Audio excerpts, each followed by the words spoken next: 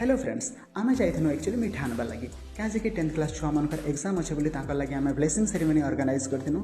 सो पहला आमे डोसा खाइनु, डोसा खाई सारा पर सीधा सीधा आमे मिठा दुकान के पलानु। जेते बेला आमे मिठा दुकान के पहुँचनु सार माने सेठाने पहला नु ही मिठा चेक करथिले। तो मुई जेते बेला पाके गने दिव्य सर मते पचराली सर खाना खाइबे कहन। तो मुई कहनी किछि खाइबार नहीं ना सर, मते किछि पीबार अछि। सर कहले पहला मिठा चेक करूँ तापर आमे किछि पीमा बोली कहले। तो मुई लड्डू ही चूज करने कि लड्डू ही नहीं करी जिमा सर। फिर भी मुई अभिलाष सर को डाकी करी पचरानी कि सर लड्डू ठीक रहबा तो छुआ मन कर लगे। सार भी हाँ कले। तो लड्डू ही आमे ऑर्डर दे देनु। लड्डू पैक करवार लगी कहाला। तापर सेठा ना बहुत सारा वेराइटी मिठा थिला। मोर इच्छा होतला सब टिके टिके चाखवार लगी, हेले चाखी नहीं पारने छाड़। तापर मुझे एतरी भितर खोजनी कि आम राजीव सर के नाड़े गले। राजीव सर को देखनी आ पचरानी राजीव सर मिठा चलबा तो छुआ मन लगी।